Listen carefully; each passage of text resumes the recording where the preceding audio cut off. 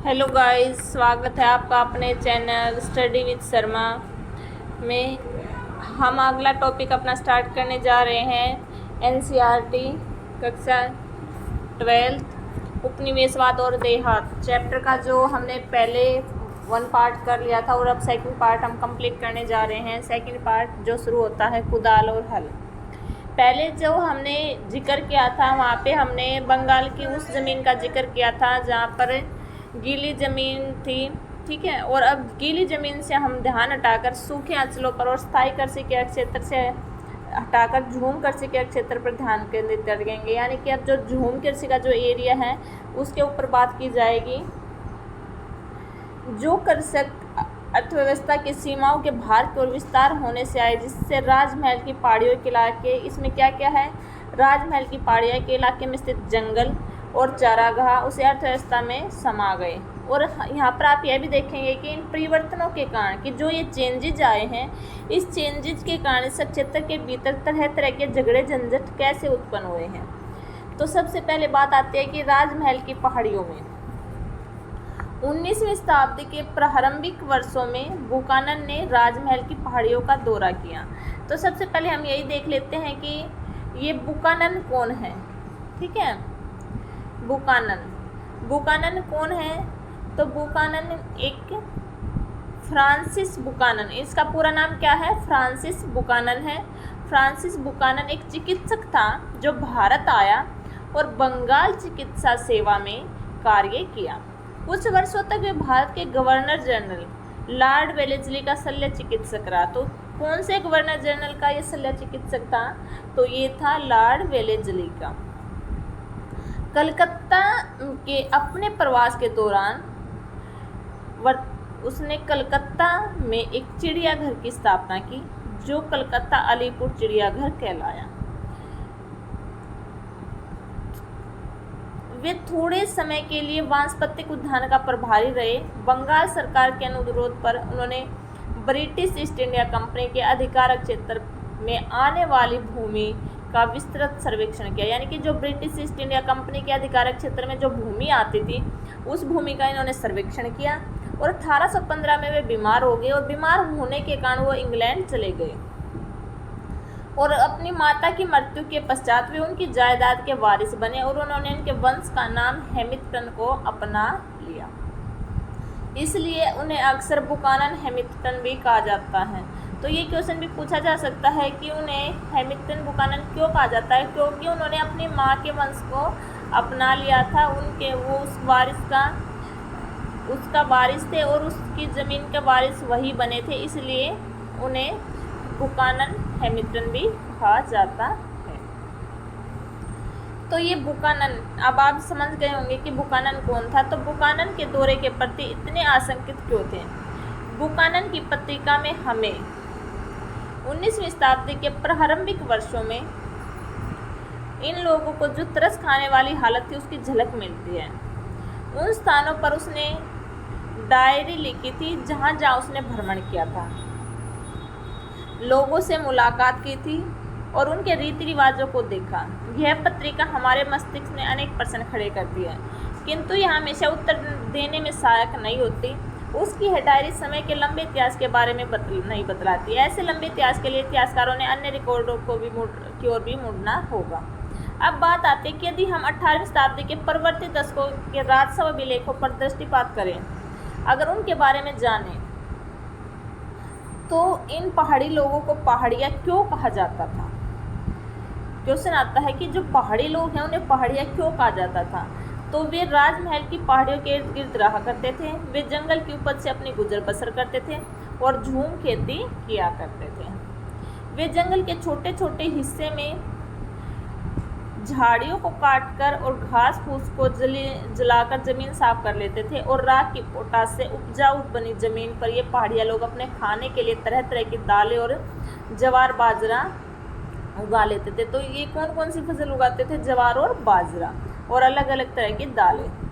वे अपने कुदाल से जमीन को थोड़ा खुरच लेते थे और कुछ वर्षों तक साफ की गई जमीन में खेती करते थे और फिर कुछ वर्षों के लिए छोड़कर नए इलाके में चले जाते थे, जिससे कि उस जमीन में खोई हुई उर्वरता फिर से उत्पन्न हो जाती थी। फिर आगे है कि जो उन जंगलों में जो लोग पहाड़ियाँ खाने के लिए, जो पहाड़ियाँ थे, ठीक है, पहाड़ियाँ खाने के लिए महुआ के फूल इकट्ठे करते थे, बेचने के लिए रेशम में कोया और राल और काठ कोयला बनाने के लिए लकड़ियाँ इकट्ठे करते थे।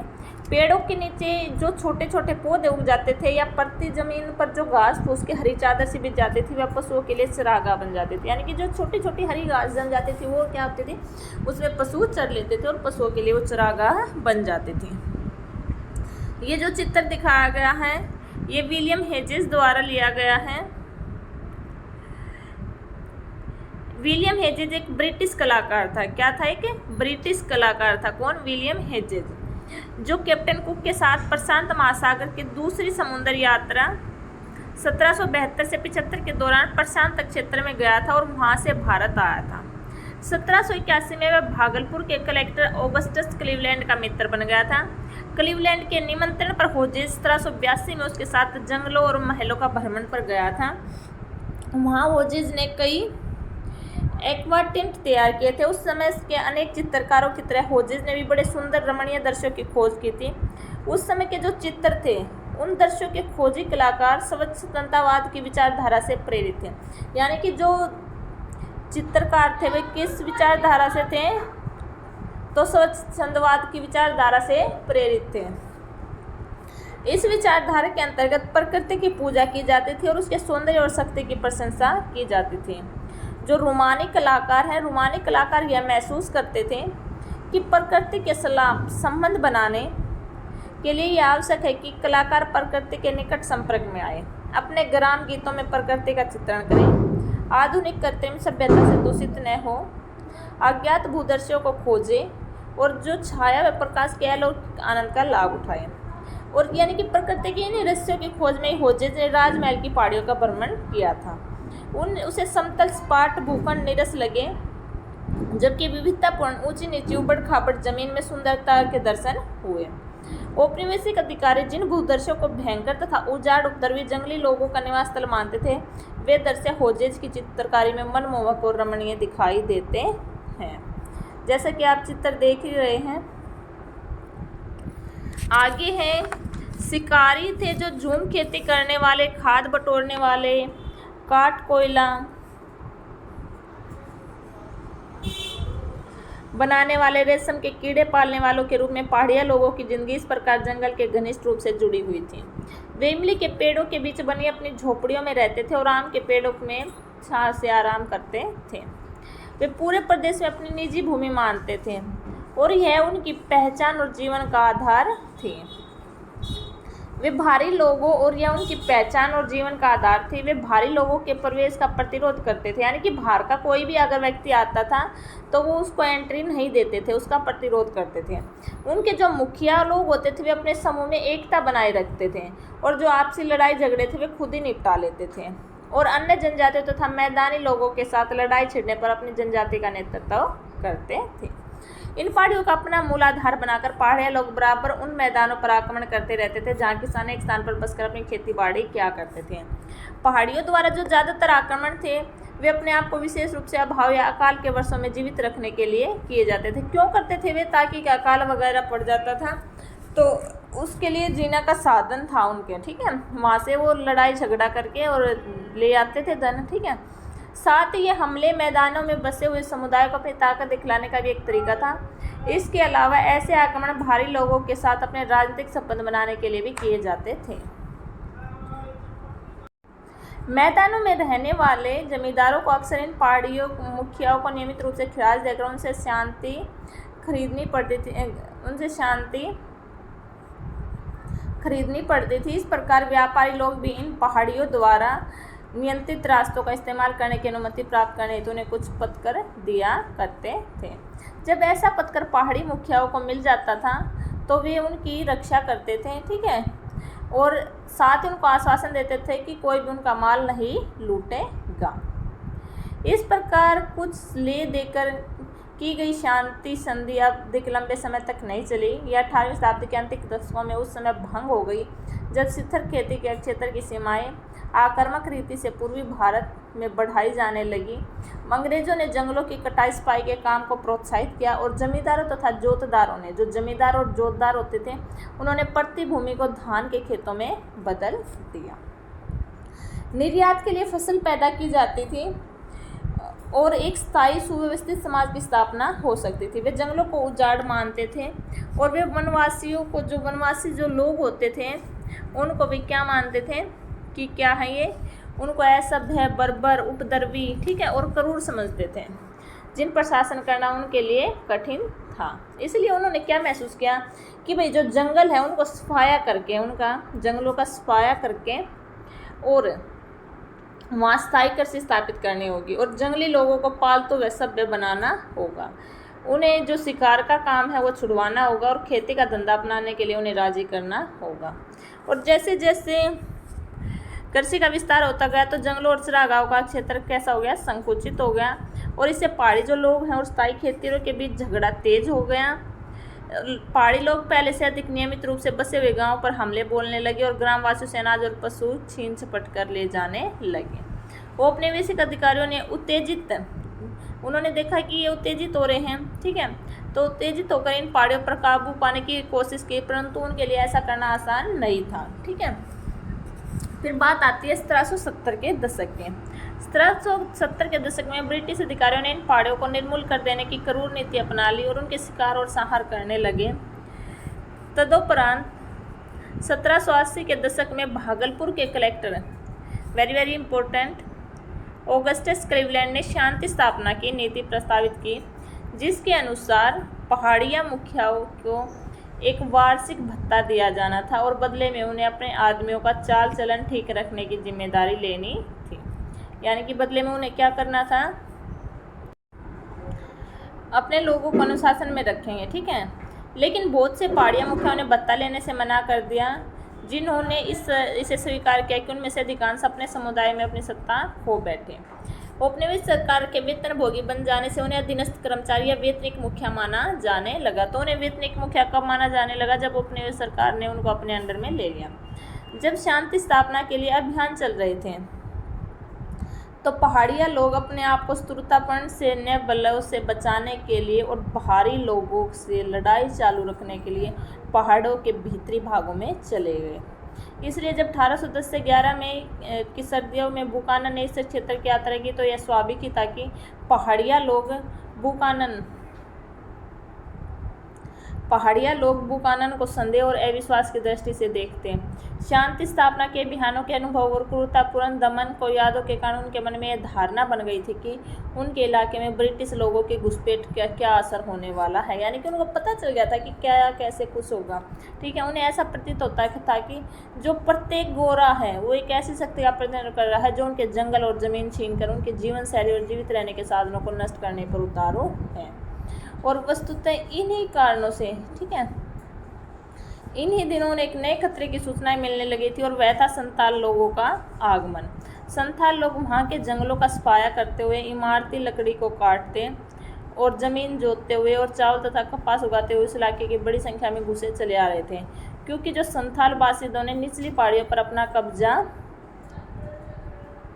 जमा लिया था तो इसलिए पहाड़ियों को राजमहल की पहाड़ियों में और भीतर की ओर पीछे हटना पड़ा। पहाड़िया लोग अपनी झूम खेती के लिए कुदाल का प्रयोग करते थे। तो पहाड़ी लोग होते थे वे किस चीज़ का यूज़ करते थे, कुदाल का। इसलिए यदि कुदाल को पहाड़िया जीवन का प्रतीक माना जाए तो हल को नए बासिंदों की शक्ति का प्रतिनिधि मानना होगा।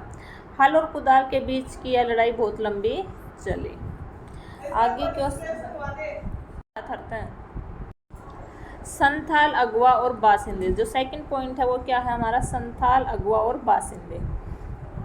सन 1810 के अंत में बुकानन ने गुजरिया पहाड़, जो कि राजमहल श्रृंखलाओं का एक भाग था, को पार किया और आगे के चट्टानी प्रदेश के बीच से निकालकर एक गांव में पहुंच गया। कौन?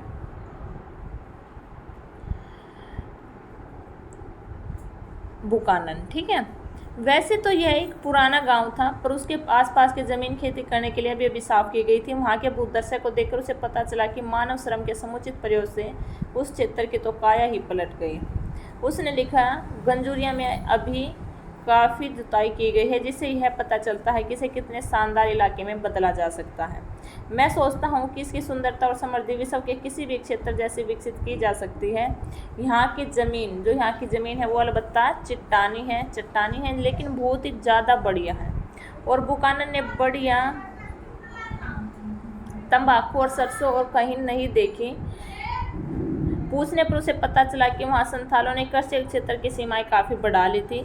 वे इस इलाके में 1800 के आसपास आए थे और उन्होंने वहाँ रहने वाले पहाड़ी लोगों के नीचे के ढालों पर भगा दिया।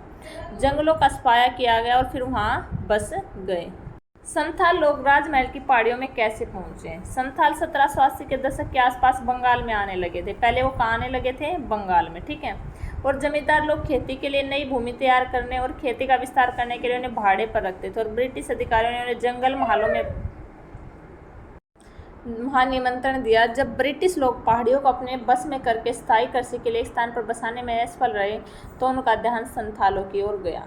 पहाड़िया लोग जंगल काटने के लिए हल को हाथ लगाने को तैयार नहीं थे और अब भी उपद्रवी व्यवहार करते थे, जबकि इसके विपरीत संथाल आदर्श बासिंदे प्रतीत हुए, क्योंकि उन्हें जंगलों का सफाया करने में कोई हिचक नहीं थी और वे भूमि को पूरी ताकत लगाकर जोतते थे। संथालों को जमीनें देकर राजमहल की तलहटी में बसने के लिए तैयार कर लिया गया। 1832 तक जमीन के एक काफ़ी बड़े इलाके को दामिन एकोह के रूप में सीमांकित कर दिया गया। इसे संथालों की भूमि घोषित कर दिया गया और इस इलाके के भीतर रहना था, हल चलाकर खेती करनी थी और स्थायी किसान बनना था। संथालों को दी जाने वाली भूमि, जो संथालों को भूमि दी जाती थी, ठीक है, उसके अनुदान पत्र में यह शर्त थी कि उनको दी गई भूमि के कम से कम 10वें भाग को साफ करके पहले 10 वर्षों के भीतर जोतना था। इस पूरे क्षेत्र का सर्वेक्षण करके उसका नक्शा तैयार किया गया और इसके चारों ओर खंभे गाड़ कर इसकी परिसीमा निर्धारित कर दी गई और इसे मैदानी इलाके के स्थायी कृषकों की दुनिया से और पहाड़िया लोगों को पहाड़ियों से अलग कर दिया गया। दामिन एकोह, जो दामिन एकोह है, उसके सीमांकन के बाद संथालों की बस्ती अब बड़ी तेजी से बढ़ी और संथालों के गांव की संख्या जो 1838 में कितनी थी? 40 थी, वहीं से तेजी से बढ़कर 1851 में 1473 तक पहुंच गई। इस अवधि में संथालों की जनसंख्या जो केवल 3000 थी, बढ़कर 82,000 से भी अधिक हो गई। जैसे जैसे खेती का विस्तार होता गया, वैसे वैसे कंपनी की तिजोरियों में राजस्व राशि में वृद्धि होती चली गई। 19वीं शताब्दी के संथाल गीतों और मिथकों में उनकी यात्रा के लंबे इतिहास का बार बार उल्लेख किया गया है। उनमें कहा गया कि संथाल लोग अपने लिए बसने योग्य स्थान की खोज में बराबर बिना थके चलते ही रहते थे। अब यहाँ दामिन एकोह में आकर मानव की यात्रा को पूर्ण विराम लग गया। यानी कि इस चैप्टर में बताया गया है कि किस तरीके से जो अंग्रेज सरकार है, जो औपनिवेशिक सरकार है, उन्होंने कैसे उनकी ज़मीन को हड़पा, किस तरीके से उन लोगों को मजबूर किया ज़मीन लेने के लिए, ठीक है। जब संथाल राजमहल की पहाड़ियों पर बसे तो पहले पहाड़िया लोगों ने इसका प्रतिरोध किया, क्योंकि भाई कोई भी नया इंसान आएगा तो वे उसका विरोध तो करते ही हैं। पर अंत गोतवा ने इन पहाड़ियों के भीतर की ओर चले जाने के लिए मजबूर कर दिए गए और उन्हें निचली पहाड़ियों तथा घाटियों में नीचे की ओर आने से रोक दिया गया और ऊपरी पहाड़ियों के चट्टानी और अधिक बंजर इलाकों तथा भीतरी सूक्ष्म भागों तक सीमित कर दिया गया। इससे जो उनका रहन सहन था जीवन पर पूरा प्रभाव पड़ा और आगे चलकर वे गरीब हो गए। झूम खेती नई से नई जमीनें खोजने और भूमि की प्राकृतिक उर्वरता का उपयोग करने की क्षमता पर निर्भर रहती थी। अब सर्वाधिक उर्वर जमीनें उनके लिए दुर्बल हो गई, क्योंकि अब वे दामिन का हिस्सा बन चुकी थी। इसीलिए पहाड़िया लोग खेती के अपने तरीके का आगे सफलतापूर्वक नहीं चला सके। यानी कि यही कारण था कि जिसके कारण वे आगे झूम खेती नहीं कर सके। जब इस क्षेत्र में जंगली खेती के लिए साफ कर दिए गए तो जो पहाड़िया शिकारियों को भी समस्याओं का सामना करना पड़ा। और इसके विपरीत जो संथाल है, संथाल लोगों ने क्या किया कि जो अपनी पहले वाली खाना बदोश ज़िंदगी थी उसको छोड़ दिया था और अब वे एक जगह बस गए थे और बाजार के लिए कई तरह के वाणिज्यिक फसलों की खेती करने लगे थे और व्यापारियों तथा साहूकारों के साथ लेन देन करने लगे थे। किंतु संथालों ने जल्दी यह समझ लिया, उनको समझ आ गया था कि उन्होंने जिस भूमि पर खेती करनी शुरू की थी वह उनके हाथों से निकलती जा रही थी और जिस जमीन को साफ करके खेती शुरू की थी उस पर सरकार भारी कर लगा रही थी। साहूकार लोग बहुत ऊंची दर पर ब्याज लगा रहे थे और कर्ज अदा नहीं किए जाने की सूरत में जमीन पर कब्जा कर रहे थे और जमींदार लोग दामिन इलाके पर अपने नियंत्रण का दावा कर रहे थे। ठीक है। 1850 के दशक तक संथाल लोग यह महसूस करने लगे थे कि अपने लिए एक आदर्श संसार का निर्माण करने के लिए जहां उनका अपना शासन हो, जमींदार, साहूकार और औपनिवेशिक राज के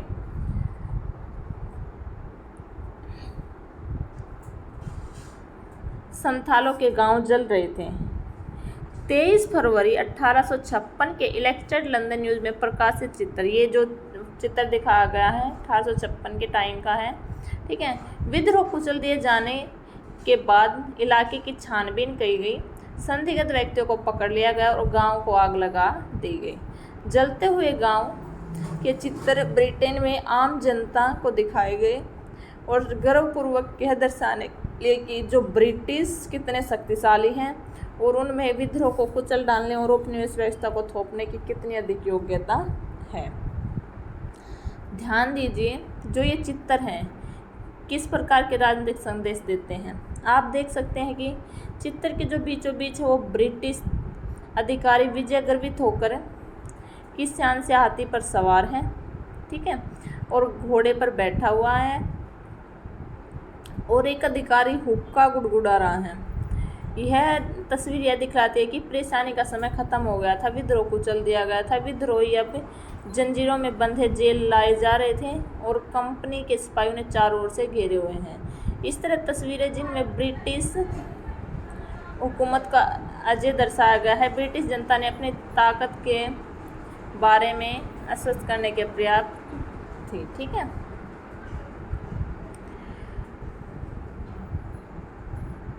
फिर इसके विरुद्ध विद्रोह करने का समय अब आ गया था। 1855-56 के संथाल विद्रोह के बाद संथाल परगने का निर्माण कर दिया गया, जिसके लिए 5500 वर्ग मील का क्षेत्र भागलपुर और वीरभूम जिले से लिया गया था।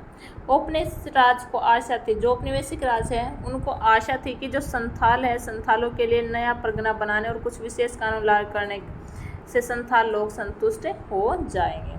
फिर ये बुकानन का विवरण दिया गया है कि बुकानन ने क्या क्या डिटेल्स दी हैं। ठीक है। हम बुकानन के विवरण को अपनी जानकारी का आधार मान रहे हैं। जो इसमें जो जानकारी दी गई है वो बुकानन के को बेस बनाया गया है, लेकिन उसकी रिपोर्ट को जब हम पढ़ रहे हैं तो उसमें ये बात भी है कि ब्रिटिश ईस्ट इंडिया कंपनी का एक कर्मचारी था, तो हाँ वो उसकी ही बढ़ाई करेगा, ये रियल सी बात है। और उसकी यात्राएं केवल भूदर्शियों के प्यार और अज्ञात की खोज से प्रेरित नहीं थी, वह नक्शा नवीसों, सर्वेक्षकों, पालकी उठाने वाले कुलियों आदि के बड़े दल के साथ सर्वत्र यात्रा करता था। उसकी यात्रा का खर्च ईस्ट इंडिया कंपनी उठाती थी, क्योंकि उसे उन सूचनाओं की आवश्यकता थी जो बुकानन प्रत्यक्ष रूप से इकट्ठी करता था। बुकानन को यह साफ साफ हिदायत दी गई थी उसे क्या देखना है, क्या खोजना है और क्या लिखना है। ठीक है। और वह यह भी जब भी अपने लोगों की फौज के साथ किसी गांव में आता था तो उसे तत्काल सरकार के एक एजेंट के रूप में ही देखा जाता था। जब कंपनी ने अपनी शक्ति को सुदृढ़ बना लिया और अपने व्यवसाय का विकास कर लिया तो वे उन प्राकृतिक साधनों की खोज में जुट गए जिन पर कब्जा करने का उनका मनचाहा उपयोग कर सकते थे। उसने जो भी परिदृश्य थे उनका राजस्व स्रोतों का सर्वेक्षण किया, खोज यात्राएं आयोजित की। ठीक है। और जानकारी इकट्ठी करने के लिए अपने भूविज्ञानियों, भूगोलवेत्ता और वनस्पति विज्ञानियों और चिकित्सकों को भेजा। निस्संदेह असाधारण पर्यवेक्षण शक्ति का धनी बुकानन ऐसा ही एक व्यक्ति था। वहाँ की भूमि के भिन्न भिन्न सत्रों तथा परतों का ध्यानपूर्वक देखा। उसने वाणिज्यिक दृष्टि से जो मूल्यवान पत्थर है उनको तथा खनिजों को खोजने की कोशिश की। उसने लोह खनिज और अभ्रक ग्रेनाइट तथा साल्ट पीटर से संबंधित सभी स्थानों का पता लगाया। उसने सावधानीपूर्वक नमक बनाने और कच्चा लोहा निकालने की स्थानीय पद्धतियों का निरीक्षण किया। जब बुकानन किसी भूदृश्य के बारे में लिखता था तो वह अक्सर इतना ही नहीं लिखता था कि उसने क्या देखा है और भूदृश्य कैसा था, बल्कि वो यह भी लिखता था कि उसमें फेरबदल करके उसे अधिक उत्पादक कैसे बनाया जा सकता है, वहाँ कौन सी फसलें बोई जा सकती हैं, कौन से पेड़ काटे जा सकते हैं और कौन से उगाए जा सकते हैं। और यह भी ध्यान रखना कि जो उसकी सूक्ष्म दृष्टि और प्राथमिकता स्थानीय निवासियों से भिन्न होती थी। क्या आवश्यक है इस बारे में उसका आकलन कंपनी के जो वाणिज्यिक सरोकारों से और प्रगति के संबंध में आधुनिक पाश्चात्य विचारधारा से निर्धारित होता था। वह अनिवार्य रूप से जो वनवासी है, वनवासियों की जीवन शैली का आलोचक था और यह महसूस करता था कि वनों की कृषि भूमि में बदलना ही, जो वनों की जो भूमि है उसको कृषि में बदलना ही होगा। वनों की बटाई और स्थायी कृषि के बारे में, जो निचली राजमहल की पहाड़ियाँ हैं उसमें एक गांव में गुजरते हुए बुकानन ने लिखा कि इस प्रदेश का दृश्य बहुत ही बढ़िया है। यहाँ की खेती विशेष रूप से घुमावदार संकरी घाटियों में धान की फसल, बिखरे हुए पेड़ों के साथ साफ की गई जमीन और चट्टानी पहाड़ियाँ सभी अपने आप में पूर्ण हैं। कमी है तो बस क्षेत्र में कुछ प्रगति की और विस्तृत तथा उन्नत खेती की, जिनके लिए यह प्रदेश अत्यंत संवेदनशील है। और यहाँ लकड़ी को जंगल, तसर और लाख के लिए आवश्यकता अनुसार बड़े बागान लगाए जा सकते हैं। बाकी जंगल को भी साफ किया जा सकता है और जो भाग इस प्रयोजन के लिए उपयुक्त न हो वहाँ पनई, ताड़ और पेड़ लगाए जा सकते हैं।